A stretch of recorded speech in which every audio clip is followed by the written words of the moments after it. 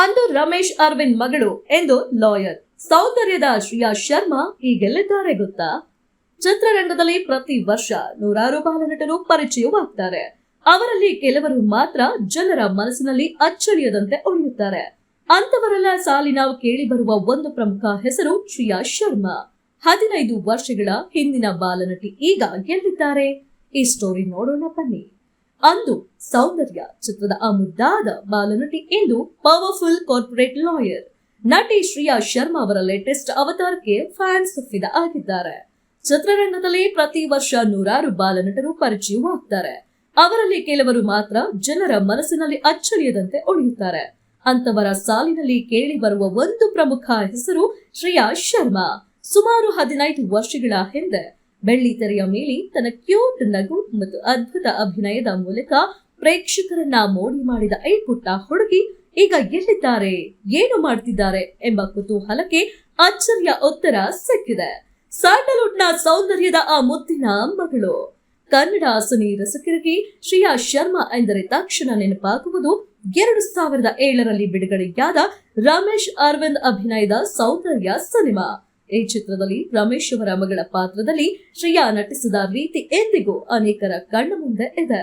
ಆಕೆಯ ಮುಗ್ಧತೆ ಮತ್ತು ಭಾವನಾತ್ಮಕ ನಟನೆಗೆ ಕನ್ನಡಿಗರು ಫಿದಾ ಆಗಿದ್ರು.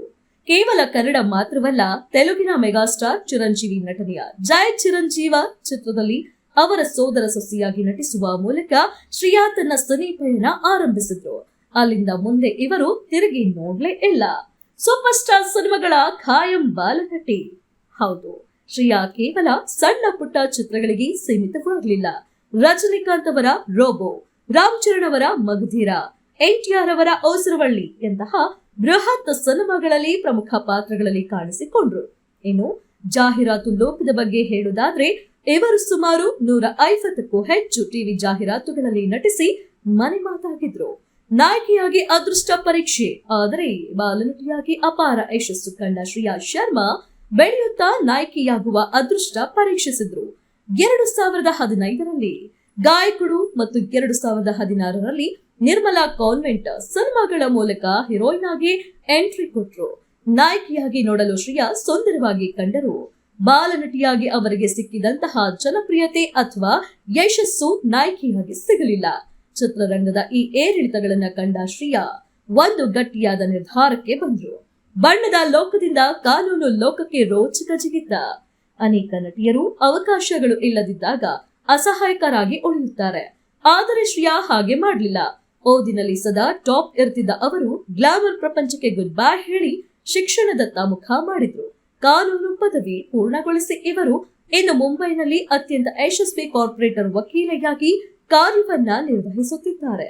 ದೊಡ್ಡ ದೊಡ್ಡ ಕಂಪನಿಗಳ ಕಾನೂನು ವ್ಯವಹಾರಗಳನ್ನ ನಿರ್ವಹಿಸುವ ಜವಾಬ್ದಾರಿಯುತ ಸ್ಥಾನದಲ್ಲಿ ಇವರು ಮಿಂಚುತ್ತಿದ್ದಾರೆ. ಸೋಷಿಯಲ್ ಮೀಡಿಯಾದಲ್ಲಿ ಸಖತ್ ಆಕ್ಟಿವ್.